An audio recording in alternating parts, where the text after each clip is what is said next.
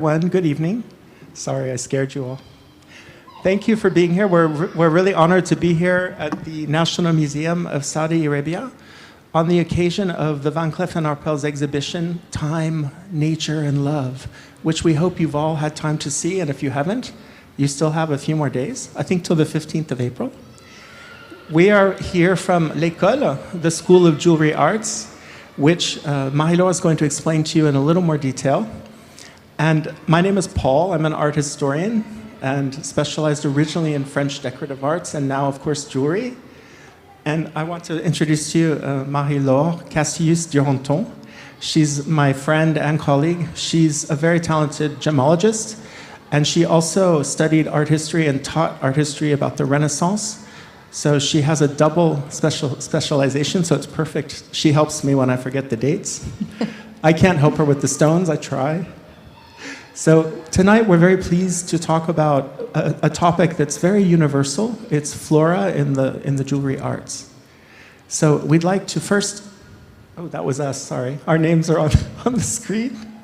Paul Paradis and Marie-Laure Cassius-Duranton. But Marie-Laure is going to tell us a little bit about L'École. What is L'École, Marie-Laure? Good evening to everyone. I'm delighted to be with you this evening. So before starting our talk, I would like to introduce the School of Jewelry Arts. So it was founded by Van Cleef and Arpels 11 years ago in Paris. The goal is to share knowledge about jewelry art and to make people understand that jewelry is a form of art and a very important one because, in fact, jewelry is the first form of art in the history of mankind. The men adorned their bodies a very long time before they invent painting, for example. So it's the essence of humanity in a way. The first thing we created at the School of Jewelry Arts are courses. The name, the school, is tricky because we are called the school, but we are not a school in a traditional sense, academic sense. If you want to become a professional, you have to go elsewhere. We are the right place if you want to discover more about jewelry, but not if you want to become a jeweler, a gemologist, or something like that. We propose courses that last between 2 and 4 hours. We have many different topics. Currently in Paris, we have a catalogue of 30 different themes related to savoir-faire. In French, it means craftsmanship. It's all about the techniques in jewelry. We have courses about art history and courses about gemstones. The courses are very practical, very hands-on. We don't propose academic courses. We want our audience to live an experience with us when people attend the classes. We have other activities related to jewelry, like, for example, workshops for young people, because we like to create vocations very early. And during the exhibition here in Riyadh, every weekend there was some classes for the kids. We had also in February a diamond week, all the week courses about diamonds. And we propose conversations like tonight, online conversations also once a month. And we have a research department to create new topics for the courses, for the conversations, oh, yes. publish books. I forgot to mention Marie-Laure as a researcher and a teacher at L'École. Oh, thank you, Paul. Books and catalogues, articles. We have a library that is probably the largest private library dedicated to jewelry in the world. A library that is open to the public. And what else do we have? Exhibitions. Yes, we have two exhibitions a year. Here we have a Van Cleef and Arpels exhibition, but the School of Jewelry Arts have also its own exhibitions. And currently in Paris, we have an exhibition about Chinese ornaments in gold. And there is another exhibition in Tokyo about birds in jewelry arts. Birds in paradise. So Many things related to jewelry, and we have a permanent campus in Paris, another one in Hong Kong. Very soon we will open a third one in Shanghai, and in 2024 we are planning to open one in the Middle East. So let's start. Yes, so flora in jewelry, it's such a universal theme. No one has a monopoly on flowers in jewelry. Van Cleef & Arpels certainly loves flora, and we'll talk a little bit about that. And in fact, let's open with this spectacular piece. This is a basket of flowers. When I see this piece, it looks like joy. It's these rubies which are buff-topped, set in platinum with baguette-cut diamonds and modern brilliant-cut diamonds. But what strikes me about this piece is it's a vision of the Art Deco period, 1927. It's very orderly indeed, but it has a lot of life with those geometrical shapes. When you see the piece itself, it's actually quite voluminous. So this piece is a way to get us in the mood for flowers all throughout time. Of course, flowers have been in jewelry since the beginning of jewelry, probably through different periods, ancient Greece, ancient Egypt. So we wanted to get us in the mood for flowers, flora, and the jewelry arts. Just by way of a little bit of history, this was a rich period in the Maison Van Cleef & Arpels. You had the two Renés, Renée Puissant, she was the only daughter of the founding couple, and René Sim-Lacaze, who was a man, a brilliant designer. So we wanted to just pay homage to them quickly with this piece. So what are our chapters? We have a two-part program for you tonight. First of all, we're going to look at gardens. Gardens exist, they're universal. These places where you find peace and you recreate on your own nature, your own vision of nature. So we're going to look at how gardens have influenced jewelry and jewelry creation, and also art. You'll notice we like to compare a work of art with a jewel. It's our sort of technique at l'École des Arts Joailliers. And in our second chapter, we're going to look at flowers and modern artists. How have artists been also influenced by jewelry, by flora? And we'll again compare some beautiful jewelry with works of art. So really, gardens have existed since antiquity, haven't they, Marie-Laure? Especially we see on this first slide. Yes, Paul, absolutely. In fact, garden is a form of art. It's a major form of art in some civilization. I think about Japan, for example, where garden is the major art.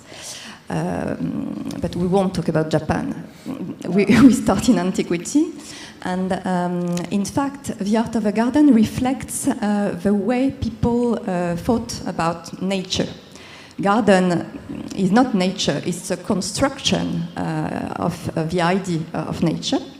And probably in antiquity, the most fabulous, the most memorable gardens are the gardens of Babylon. Garden was a very important art also for the Romans, and we start the conversation with a magnificent mural painting, wall painting, that you can see on the left.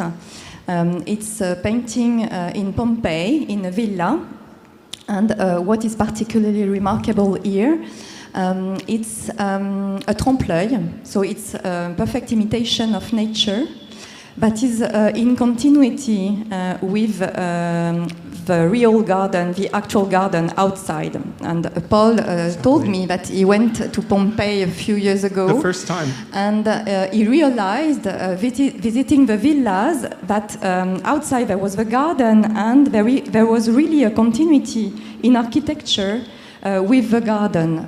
So this painting is really interesting because in this painting, we can see also the most important aesthetic principles in art in antiquity. For the Greek and the Roman, art must imitate nature. And the painting is so extraordinary that we can recognize the different species of trees. We have palm tree, we have a laurel tree, olive tree, we have also birds. And in the middle of a fresco, it's not exactly a fresco, but it's a wall painting, we have a fountain with a bird. That is probably an allusion to a story that was told about the most famous Greek painter of the time, named Zeuxis. Pliny the Elder, who is a very famous Roman author, tells that once there was a kind of artistic fight between two painters, Zeuxis and Parrhasius, and the goal was to create a painting that was similar to the reality. And Parrhasius painted a curtain, and Zeuxis painted some grapes.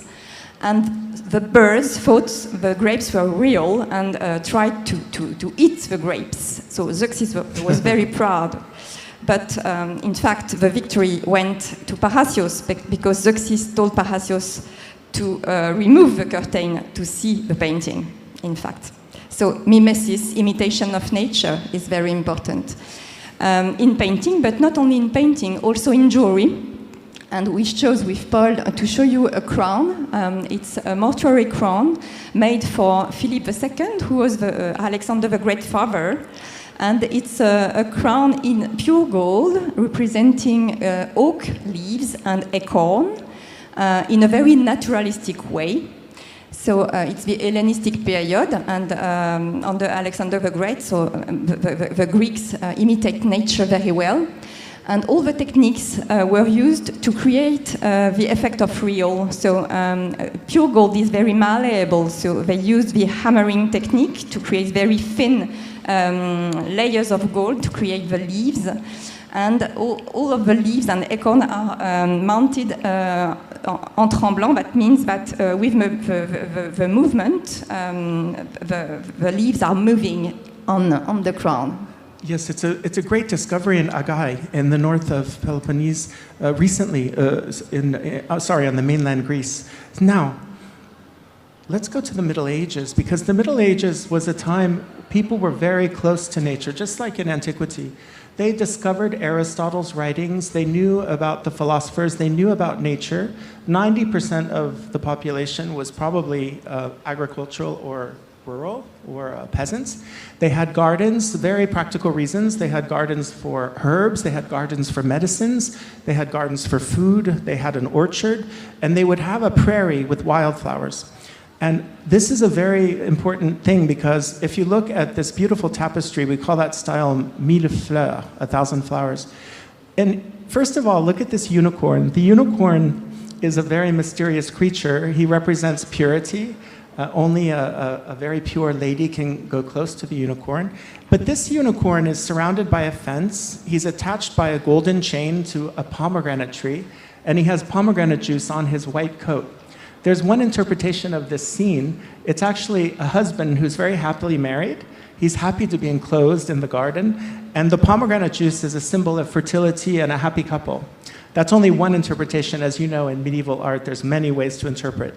And if you look at the flowers, they're realistic. You have bistort, you have irises, you have carnations. Of course, all of these flowers have spiritual meanings as well. And the person who made this tapestry was so aware of nature. So it really shows us the image, the closeness that people had in the Middle Ages to nature. And we have this masterpiece on the right, which is a golden rose. It was given by the Pope John the 22nd in 1330. It was given on the 4th Sunday of Lent. Lent is, of course, the period leading to Easter. It's a custom that exists since the 8th century. The Pope awards somebody, either religious or political. But what's so beautiful, look at how naturalistic the rose is, in gold and silver gilt. And the person who received this rose was very highly regarded. The rose obviously represents a paradise, the rose without thorns especially. And I believe this rose even has a little place to put perfume, because of course a rose has to smell, and it's the word of God coming from the perfume. It's a very rare, it was made by a Sienese goldsmith named Minuccio, and it's conserved in Paris. So if you come to Paris, you can come to the Cluny Museum. It's really much more beautiful, as always with jewelry and art, it's much more beautiful in person. So we go from our flowers, our naturalistic flowers on the tapestry, to this wonderful, beautiful golden rose. What about the Renaissance? They loved nature as well, didn't they? But they had a very specific idea.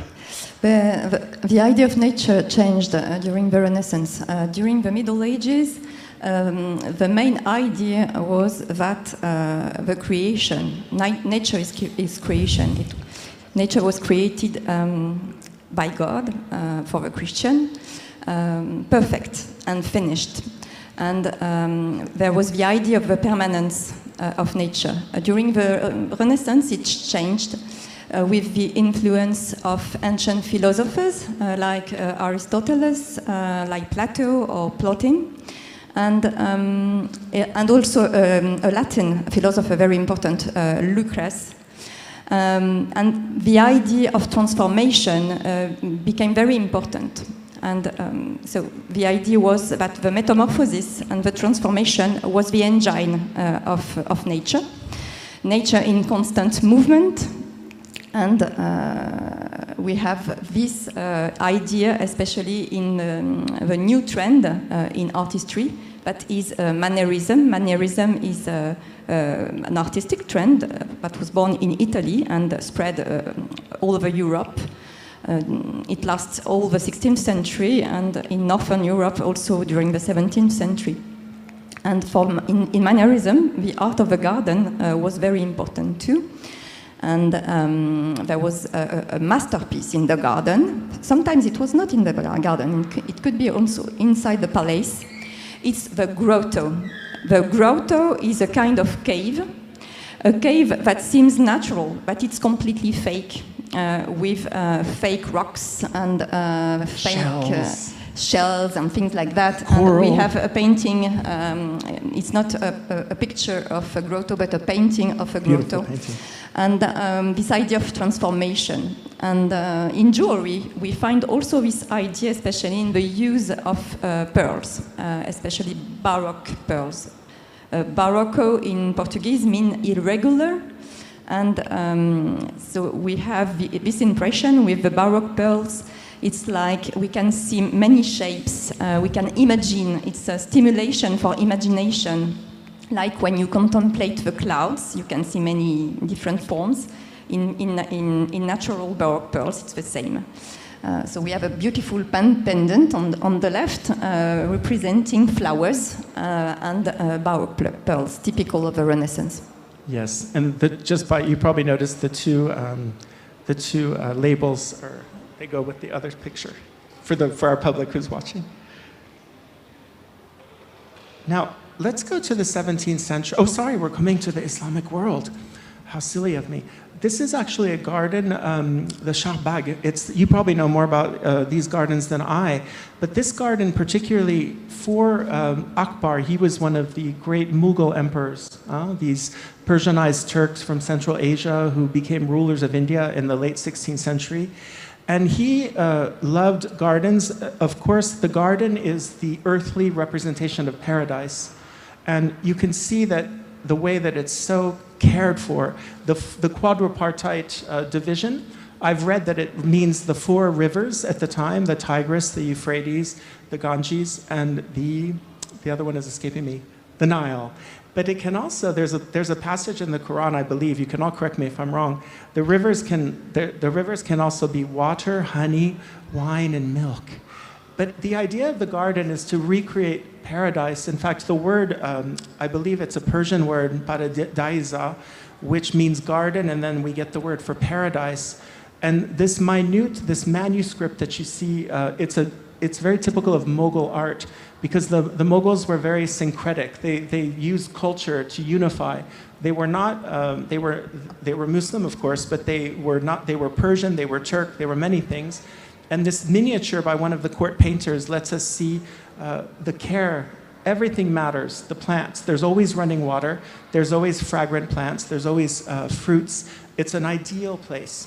Very important, not only in this edition, but all over the Islamic world. I think gardens are extremely symbolic. And on the right, we show you an emerald for a very specific reason. The Mughal emperors, they loved the color green. Of course, green is paradise, it's the prophet, it's a beautiful color. And they imported a lot of emeralds because this was the period when emeralds were discovered in Colombia. Well, the rest people outside of Colombia discovered emeralds in 1530s. So the Mughals started importing these emeralds through Goa, which was the port in India, which the Portuguese controlled. And they would have them carved. They would have them carved by people in Jaipur, in workshops in Jaipur. And they would carve luxuriant plants. It's very poetic because in French, there's a word for often emeralds have inclusions. It's part of the stone. And we call those jardins, the gardens. So it's very poetic that the Mughals had this sensitivity to carve these emeralds. And this emerald is in its natural form, hexagonal, right? The crystal of an emerald is hexagonal. So it's a beautiful slice of an emerald with beautiful, luxuriant. Often the flora that was represented was from their home. The Mughals came from Central Asia. So they loved to see lotus flowers, different flowers, very exotic flowers that they were used to seeing. So from a beautiful Mughal garden to this beautiful emerald on the right, it's very dreamy. It makes us dream to stare into that green color.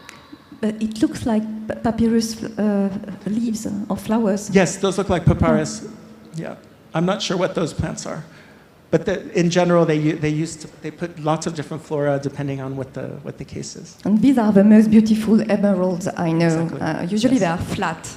They are they seem quite big. They are big, but they are very very flat because they are slices, like you said, of very important emerald crystals. What about carnations?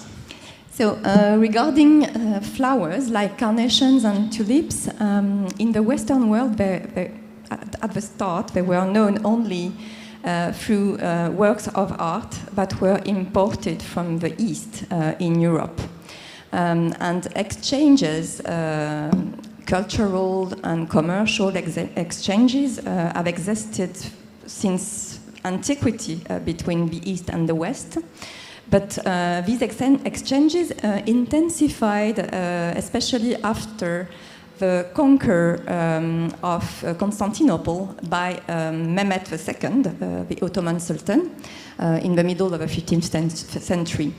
And the Europeans and the Ottomans became, they were at war sometimes, but became closer. And the trade and the exchange in between the Christians on the west and the Ottomans in the east became very important. And many works of art of Turkish origin arrived in Europe. They were very desirable.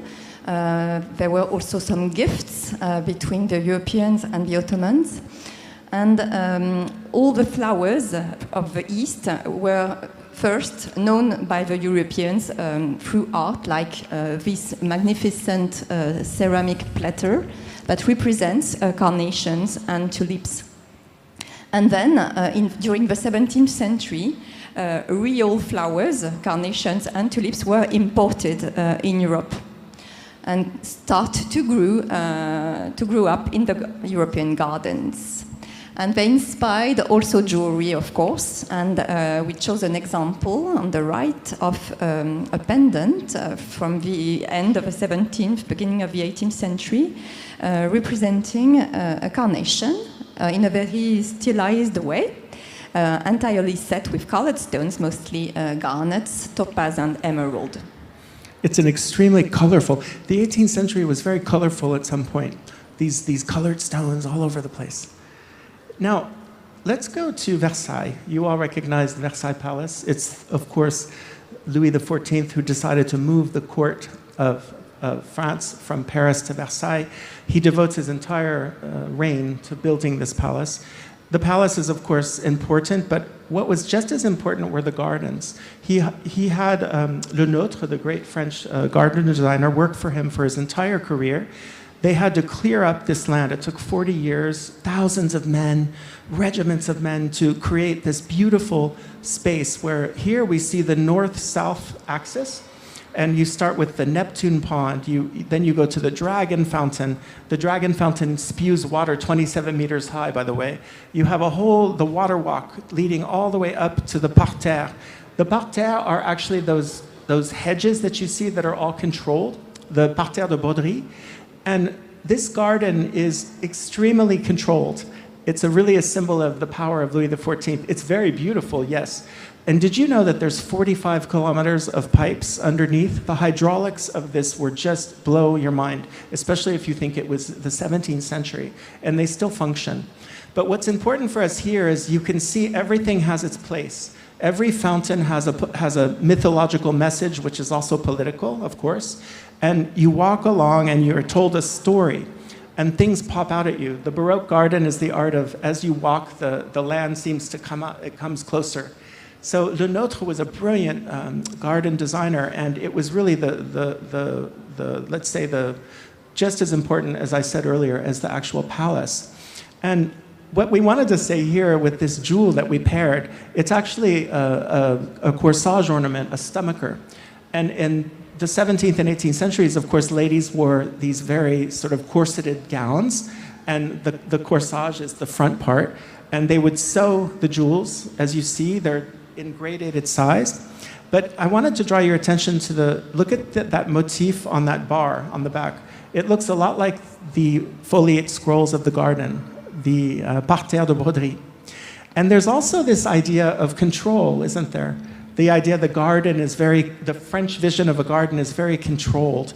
And with this jewel, it shows the lady also, her body is a little bit constrained by this fashion of the time, isn't it? It's a beautiful jewel, isn't it, Marie-Laure? It used to be separate pieces, wasn't it? That they would sew on. Yes, absolutely. It's a transformable jewel, in fact, in a way. But what is interesting here to highlight also is the symmetry. Symmetry is a very important principle in the aesthetic of the 17th century, especially in France, under the reign of King Louis XIV.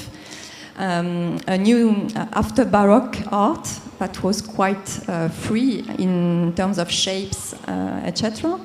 Classicism is the main style, especially in France during the 17th century.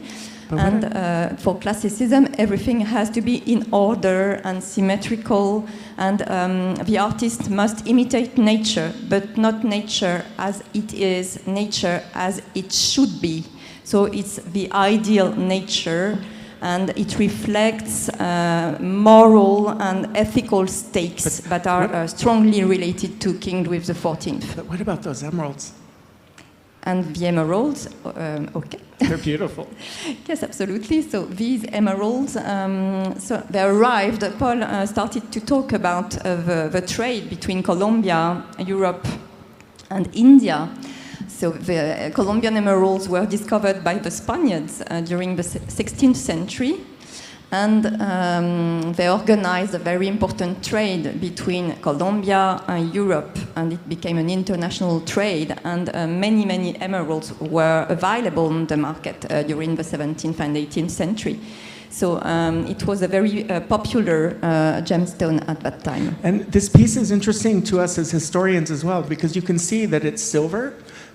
Jewelry was silver backed with gold because the gold would oxidize, so they didn't want it to oxidize against your skin or your fabric. And the emeralds are set in gold collets. So the jeweler, and by the way, you can't see, but there's an eagle on the top which actually moves on a spring.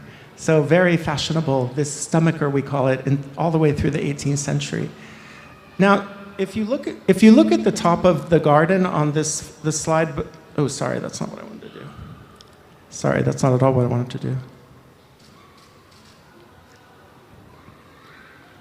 If you look at those woods, see those rows of trees in that image on the right by the great Martin de Bataille? Look at this on the left. These are called groves. They're bosquets. What they did was, amongst this order, these controlled hedges, there were little areas that were on the side, and each area had its own fountain, its own story. And under Louis XIV, there were 15 of them. They were very complex. There was one bosquet or grove that had a ballroom. It had an amphitheater around it, and in the middle there was a sort of a pond with a dance floor. You have other ones with water theater. They still exist, but they've been highly modified because they became very expensive to maintain. But the grove that you see on the left is called the Labyrinth. The Labyrinth Grove was the most famous. Louis XIV had the different statues set up from Aesop's fables. They're very moralistic stories for his son, his young son, the Dauphin. And the idea of the Labyrinth Grove was to visit it and learn as you went along. So there were 39 statues from characters from the stories. And Louis XIV was educating his young son for the virtues of life. And we're very lucky because Jean Cotel, he painted 21 of these for Versailles, and a lot of them have been destroyed or modified, so we're able to see what they actually looked like. And Cotel, he put sort of, let's say, mythological scenes. This one shows nymphs and cupids catching birds. And you can also see Aesop is on the left. He's the author of the stories. Sorry, he's on the right. And on the left, you also have love. So this idea that you're going to go into the labyrinth and you're going to learn about life. And the colors of this painting are just incredible. There was even this, we're still in the 17th century, but you had a great love of polychromy and of flowers. And these pieces on the right, Marie-Laure, what do we call those? They reflect exactly what you said about flowers and colors. And these kind of pieces of jewelry were called giardinetti, that means in Italian little gardens. They were very popular. We can find rings and earrings. They are like baskets of flowers. We know precious versions set with gemstones like emeralds, rubies, diamonds, and sapphires, but also popular versions in colored glass. It's a very popular during the 18th century, isn't it? Even Marie Antoinette had, we think, giardinetti rings. Mm-hmm. So this love of color in gardens continues. Let's continue our journey. The garden, do you remember we just saw a very controlled garden, everything in its place. There's a new fashion that will come in the second part, especially the late 18th century. The garden is supposed to look savage. It's like an English garden. Everything is supposed to look wild. But believe me, it's not. This garden was designed by Hubert Robert. This is the great painter of the ruins. And he designed the garden to look random, but it's not. It took 10 years, hundreds of men, to make the weeping willows on the right. You have a Chinese bridge in the middle. You have a column representing the sons that had died at sea of the gentleman who ordered this garden. His name was Laborde. He was a very wealthy banker. So Hubert Robert, who was known as Robert of the Ruins, he also becomes the designer of the king's gardens. And he put these sort of fake architectures, we call those fabriques in French. So the fake great temple, the fake temple of the Sibyls. It's a very new way of making nature look random and wild, but it's still quite controlled, isn't it, at this point? Absolutely, Paul, you're right. In fact, at the end of the 18th century, it's the beginning of a new philosophical trend called the Romanticism. It's on the trail of the Enlightenment philosophers, like Jean-Jacques Rousseau, for example.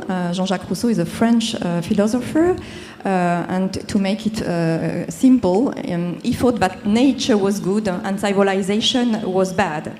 So the wild nature was very positive. It's probably for this reason that the new conception of garden. I was thinking about English garden. Exactly, it's this exactly is definitely an English garden. The same idea. Exactly. To create in a very controlled way a garden that seems completely natural. But what about this fun piece on the right with the glass? It's blown glass and metal. Our crown. I'm not finished about that. What's that? Oh, sorry.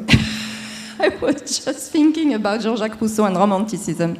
And in fact, it's a period when, in fact, people think about the science, because the idea of science was born at the end of the 18th century. So nature is also materiality, not only God creation. And on the other side, there is the infinity of God. So it's an ambivalent, there is a tension between the idea of science and the idea of God in the Western world at that time.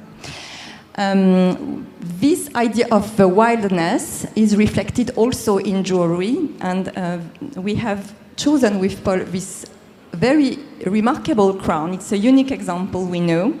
It's in blown glass, flowers in blown glass that represents wild flowers. It's very unusual, this piece. We're still researching it. It belongs to the Museum of Decorative Arts in Paris. We think it might be related to these little, in the fairs in the south of France, for 3 centuries, there were these little glass rings that lovers would give each other for the day, friends. And at the end of the day, it would break, and they would say, aïe, in French, that means ouch. So we call those bagdailles. It's a little bit the same spirit, this blown glass, the ephemeral nature, etc. It's a very fun way of thinking about it. So here we go into the second half of the 19th century. We are in the Industrial Revolution, the international universal exhibitions, especially the one in London in 1851 with the Crystal Palace, which was a huge structure, like a huge greenhouse. And people are searching for nature because it's an industrial period. And in France, you had, during the Second Empire, the nephew of Napoleon becomes emperor. It's a complicated story. But from 1851 on, we have what we call the Second Empire. And indoor gardens became all the rage. They were influenced, as I said, by the 1851 Universal Exhibition. And Mathilde was a princess. She was actually the cousin of Napoleon III, Princess Mathilde. She was a lady of society. She had a huge jewelry collection, by the way, very famous. I think there's a quote where they say she had more jewels than any woman could afford and that a queen would envy. So she was a great jewelry collector. But what we're showing you this for, her veranda on her apartment in Paris, she had a winter garden. And if you look at this winter garden, you can see there's a Moorish table, there's a statue of Marcus Aurelius. In that glass case, there's actually what looks like Islamic glass, but it's a French glassmaker named Rocard. You have a Japanese vase up on the right, it's probably French.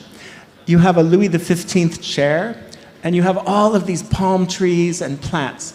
We call this eclecticism. It's when everyone they love to take a little bit of all the styles from the past. And it's a very important painting because it shows us exactly what these winter gardens look like. This idea of let's have nature right in the middle of our home. And in jewelry too, there was a naturalism that came back, wasn't there? In fact, it was never gone. Exactly, you're right. It remains all the time. But they really had perfected some of these techniques. Flowers are among the most important inspiration sources in jewelry. So here, what is interesting is to see how the technical means are used to imitate nature, especially the enamel technique for the leaves. So here we have, so enamel is a technique that was invented during the antiquity. And there are several different techniques that were very popular during the 19th century. They were used a lot to imitate nature. And here we have what we call guilloché enamel. That means the enamel is transparent, of green color for the leaves of the flowers. And the gold is chased with a repetitive motif and is covered with enamel. It's one thing that happened also in this period, during the period right before, in the empire, the beginning of the 19th century, everything had to match. And during this period, ladies started wearing bracelets, they started wearing things that were a little more free. And I love this piece because it's not a complete set, there's no diadem, it's much more free, much more nature-oriented. I love that piece very much. Now, if we keep on our road, as we go on in the 19th century, painters, they start painting outside. Nature is much more free. You have, of course, Monet, we'll talk about in a minute, but Gustave Caillebotte was actually Monet's main patron. He actually purchased many of Monet's paintings. He was also a very talented painter on his own. He was from a lawyer family, he was a wealthy man, and he had a beautiful garden in his property, 65 kilometers south of Paris. It was called Petit Gennevilliers. And he had a beautiful garden with daisies, with all kinds of wildflowers. And he also had a greenhouse with orchids and exotic flowers. And you can see that nature is completely free. He's influenced by Japanese art. There's no perspective like we think of it. The daisies look like they're part of the scenery. There's no horizon. And what's interesting is these paintings were done for his home. He wanted to have flowers all around his home, so he felt like he was in the middle of a field. So this vision of nature, when you can paint outside on the motif without sketching and going back to your studio, this love of free flowing flowers, it's very indicative of a big change, isn't it? In fact, I think it's my favorite slide in this talk. Is this one? Because we understand very well the relation between painting and jewelry. And in fact, we have exactly the same aesthetic conception. So you spoke about Impressionism. That is a real revolution in the representation of nature at the end of the 19th century. So the idea of the artist going into the countryside or into the botanical garden to study actual flowers in real, it was quite new, in fact, in a way. And the new conception of space and also of frame, it's completely new at the end of the 19th century. And in this bracelet, it's the same. We like in the painting of Caillebotte, we have a close-up on the flowers. And on the bracelet, if I continue on the trail of enamel techniques, we have what we call a translucent enamel. It's a technique that was very perfected, in fact, during the 19th century. So it's cloisonné enamel. Cloisonné is when we have the metal base and we fix some threads of gold, creating the pattern, and then creating the cells. We fill the cells with enamel. Enamel, in fact, is a colored glass powder associated with a binder. It's like painting, and all the cells are filled with this enamel. Then it's heated at high temperature. It melts and it transforms in it covers the surface of metal. And for cloisonné enamel, the surface is polished and it remains like that. For translucent enamel, we have to remove the metal base to allow the light to pass through the enamel, like for stained glass. So with the vibration of the light, it creates very beautiful effects and naturalistic effects, and this is the case here in this wonderful bracelet. Also, the chamomile flowers, they're in sort of a 3D enamel. It's almost ronde-bosse. There's 3 or 4 different techniques on this bracelet, which is brilliant, from Falize and Babst. There were 2 major jewelry dynasties in the 19th century. It's really a masterpiece. It really is. We're leading towards something that you all know. We're leading towards the complete... I like this slide too. Yes. You understand very well also. So, of course, Claude Monet was the great impressionist. He launched this idea of painting outside. He had a very vision. His obsession was color. He said, color is my obsession, it's my joy, it's my pain. He thought of color all the time. And of course, we all know the water lilies from 1890 on, when he purchased his home outside of Paris. He created his Japanese garden, and he became so obsessed, he did hundreds of versions of the water lilies, hundreds, until his death in 1926. But this one is very unusual because it's round. It's a tondo, as we say in Renaissance art. He only did 4 or 5 of the round ones, but you can see that characteristic of Monet. There's no horizon, there's no perspective that we think of. We feel like we're in the middle of floating in the middle of the pond. You see the clouds reflected in the paint, purple, pink. People say that he was losing his sight. In fact, they say that he might have even been colorblind. There's a lot of hypotheses about how brilliant he was. And this idea of there's no frame, just like Marie-Laure said about the Caillebotte. And we paired it with this piece. Art Nouveau, of course, is complete freedom of composition of jewelry. René Lalique is the great father of Art Nouveau. He reuses enameling techniques from the past. He uses glass. And jewelry becomes more about the composition itself. It's not about a huge diamond or a huge center stone. And one of his colleagues, Georges Fouquet, he was from a great dynasty of jewelers. His father, Alphonse Fouquet, was one of the greatest jewelers of the 19th century. But he goes to Art Nouveau, and we liked to pair these two for the obvious reason, the round shape. But look at the colors. He uses an enameling technique where you put flecks of gold in the enamel before the last firing. It was a very talented enameler named Etienne Tourette that worked with him. So you see that lake, it looks like it's translucid, it's shimmering. And I also love the fact that those are freshwater pearls, and the flowers are leaving the frame. It's very modern in every sense, this piece, isn't it? That's true.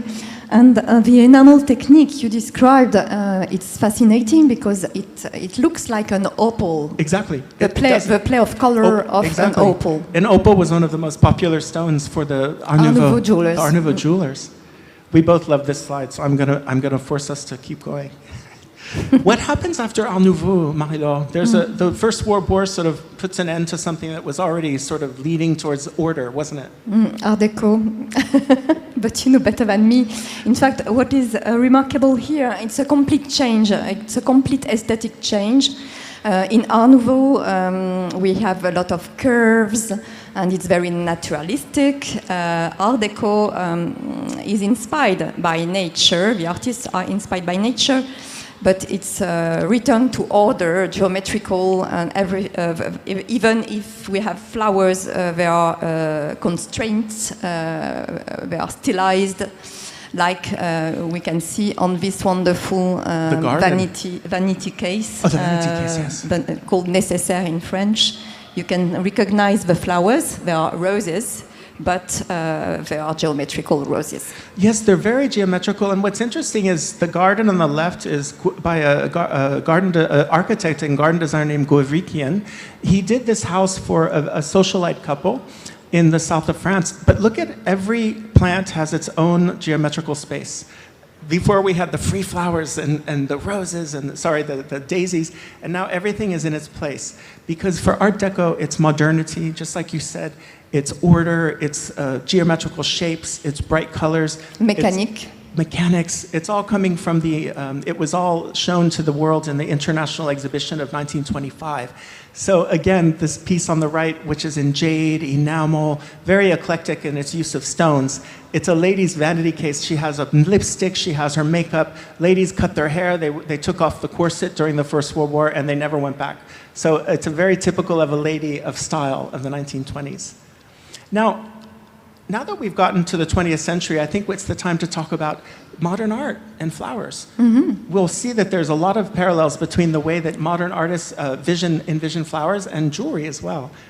So we love that this slide is actually, it's really fun because on the left, this was a man who was actually part of Napoleon's navy, Robillard d'Argentel. And he had a lot of free time, we must think, right? Because what he did was he developed these wax replicas of plants. He had studied the use of wax in Italy, and he traveled all through the southern hemisphere when he was in the Navy, and he created these very realistic plants. They're the same size. They're kind of bizarre in a way, but they're very useful for the study of plants because if you have the old-fashioned herbarium where you put the dried plants in the pages, they fade. So he actually contributed a lot to science. And what's interesting is his family wanted to sell these to the museum. He did like 112. And the museum said no, the Museum of Natural History in Paris. And then later, they actually gave them to the museum, thank goodness, because they still exist. They're incredible. And on the right, we wanted to show you another vision of nature by Elsa Scapioli was, of course, the great fashion artist, the fashion icon of the 30s. And she liked costume jewelry. She had this gentleman, Mr. Clément, and also Schnurberger, who we'll talk about in a minute, create pieces for her clothing, which were not necessarily in precious metal.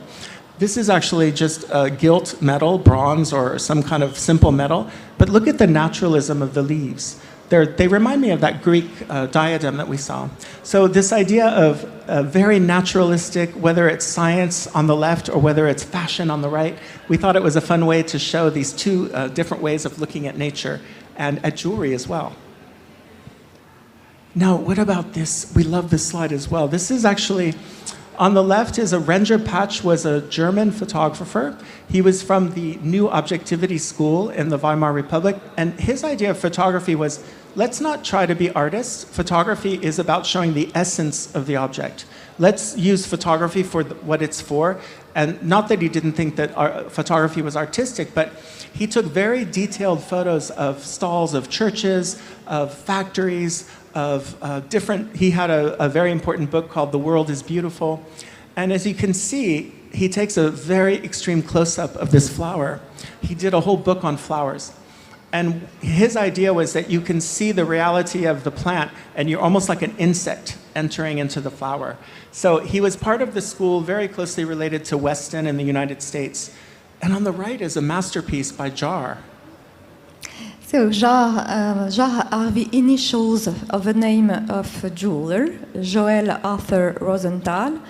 He is not known by the general public, but in the jewelry world, he's a star. He's a master jeweler. Mysterious. Very coveted, the most coveted jeweler of our times, I think, especially in Europe and the US. And is an artist but who expresses himself with jewelry.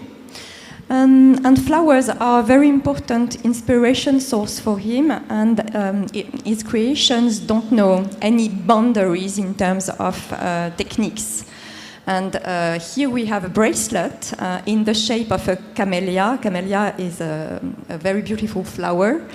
And it chose to represent the camellia with a white and silver that is worked with, he tried to create a velvety texture with the white and silver. And the pistils, the yellow pistils of the flower are made of enamel, and one of the petals is entirely set with rubies. And it's a very large, a spectacular piece, a very bold piece. That it was given by the artist to the Art Decorative Museum in Decorative Arts Museum in Paris in 2002. And Jar is very mysterious. He's right across the way from Van Cleef, but his windows are always empty. There's nothing in the front window. You can't just walk into the shop. I think he's the only jeweler who chooses his clients. He chooses his clients, exactly. Now we wanted to we wanted to go a little faster because I see that this lady, Mary Delaney, was a very interesting lady. She lived in the 18th century. She was born in 1700, and in her retirement, when she was a widow, her father was her husband was a very famous doctor. And she discovered a new way to represent plants. She called it her paper mosaics with a K. She would take real plants and dissect them, and she would use tissue paper, and she would reproduce every aspect of the plant, the calyx, the root, the stamen, and she was so skilled. She did close to 800 of these works, the last part of her life, from 1771 to 1788. So again, this very minute, beautiful vision of nature, and quite honestly, they're a very good way to study plants. Her family gave them to the British Museum after her death. So from this beautiful vision of nature where she dissected the plants, we have a comb, Art Nouveau yet again. You have to understand, combs were very in fashion because ladies had big buns in their hair. And this is made out of horn. Weber was another great jeweler, his brother, Henri and Paul Weber, from that period. And it's horn, but look at how the design of the comb, the horn meanders into mistletoe with enameled gold and pearls. So this idea that nature is the driving force in both of these works of art is very important. And I love the piece too on the right because mistletoe, as you know, in France and in Europe, it's considered a parasitical plant that kills the tree. But in the Western cultures, we use it at Christmas time. You kiss under the mistletoe. And there's stories about the Celtic Druids, but the Art Nouveau artists, they chose strange plants. They chose thorns, they chose weeds, they chose thistle. It was really part of their vision of nature. So this is actually a very interesting pairing, isn't it? Tell us about Schlumberger. In fact, it's about recycling things. The brooch on the left was made by a famous French jeweler named Jean Schlumberger, who became famous when he was hired at Tiffany & Co. in the US as a major jewelry designer. And he worked for Schiaparelli also before. And he created his own brand. And he was inspired by uncommon things, and he created this brooch with recycled porcelain flower. I don't know where he found it, maybe at the flea market. Yeah, I think he did. He would go to and the he created a brooch in gold and diamonds with this beautiful porcelain flower. I heard that one of the things that attracted Elsa Scapiorelli was she saw these flowers. It's one of the legends around how they met. And on the right, we pair with this bust, this beautiful figure, a feminine figure, a contemporary artist named Johan Krieten, who works in ceramics. He actually became interested in ceramics because in his art school, he found that the students had abandoned the studio for the ceramics. So he started to work.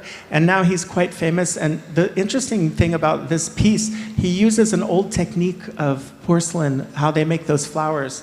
It's called pastillage. So he's using an age-old technique from Sèvres, but he creates this beautiful figure of a woman covered with flowers. Very poetic. Now, we wanted to talk to you about the sorry. This is a very interesting story, which I'll tell very quickly, don't worry.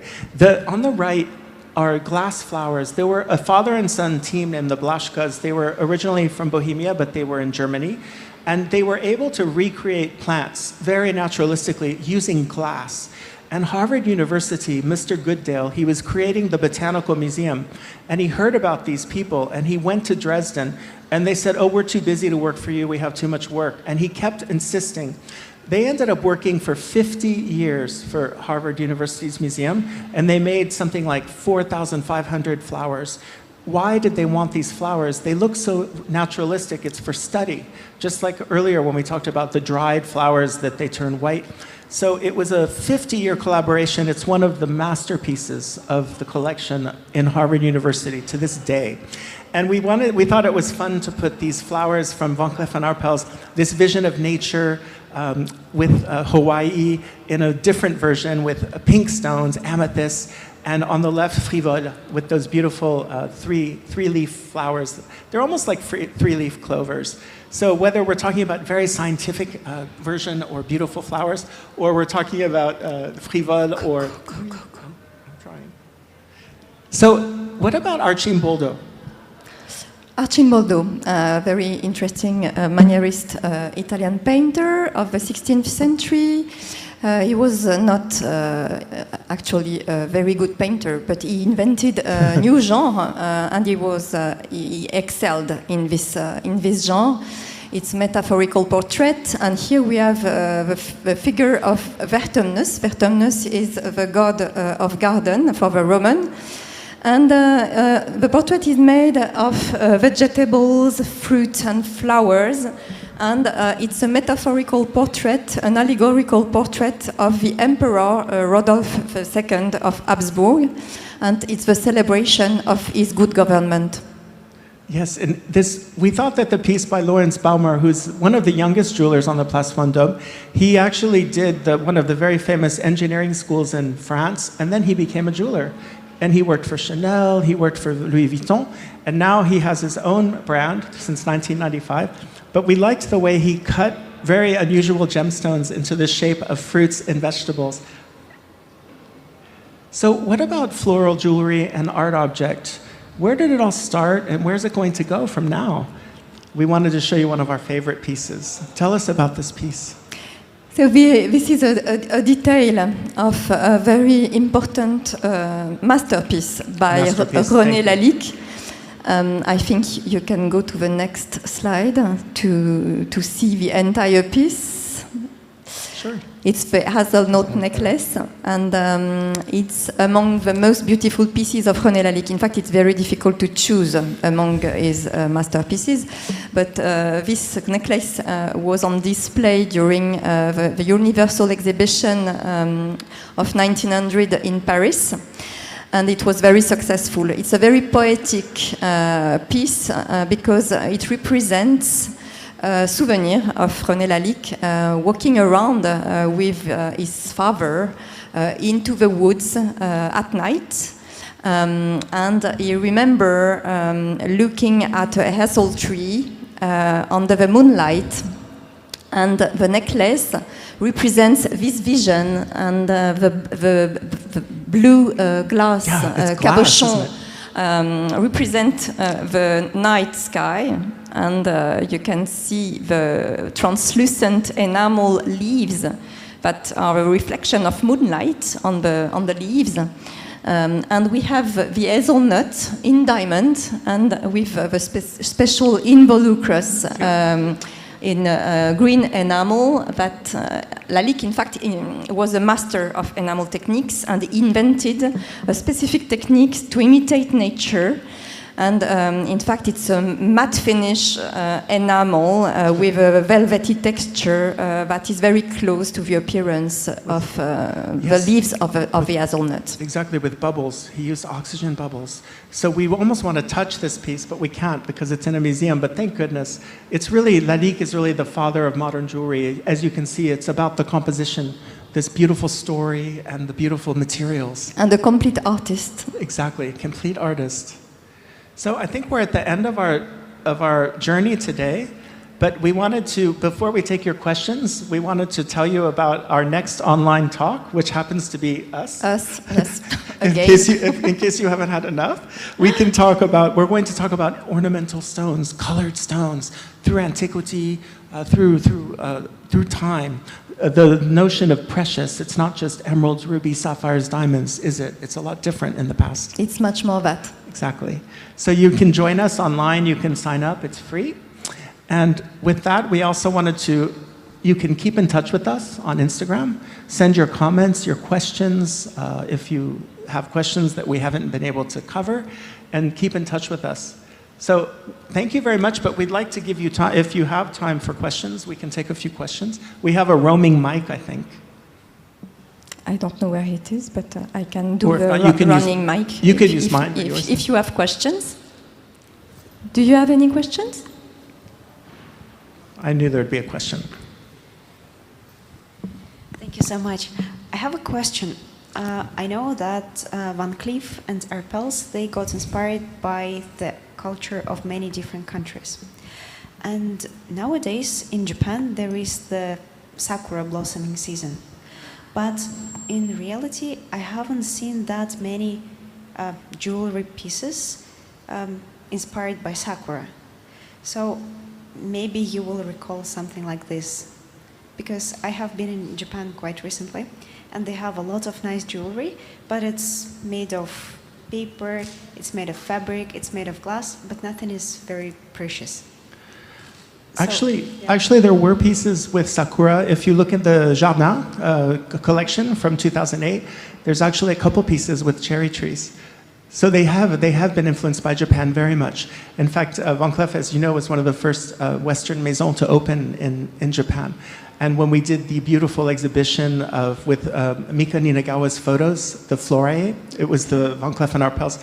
We had, there were close-ups, huge images of cherry blossoms of sakura. So it is something that's part of the culture of the maison. But yes, you're right. They can do more.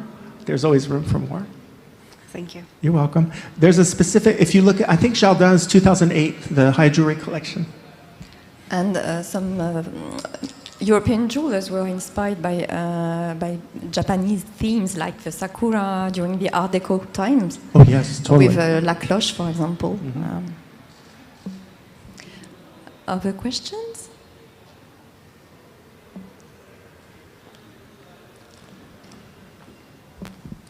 Hi.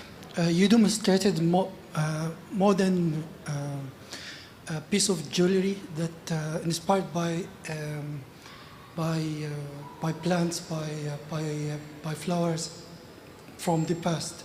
Why we cannot find, I don't know, beautiful pieces like this nowadays? When we check the jewelry those days that inspired by flowers, by nature, they are more like, artificial. It doesn't look beautiful like the past days. Or is it just nostalgic thing about the past times jewelry? This is my question.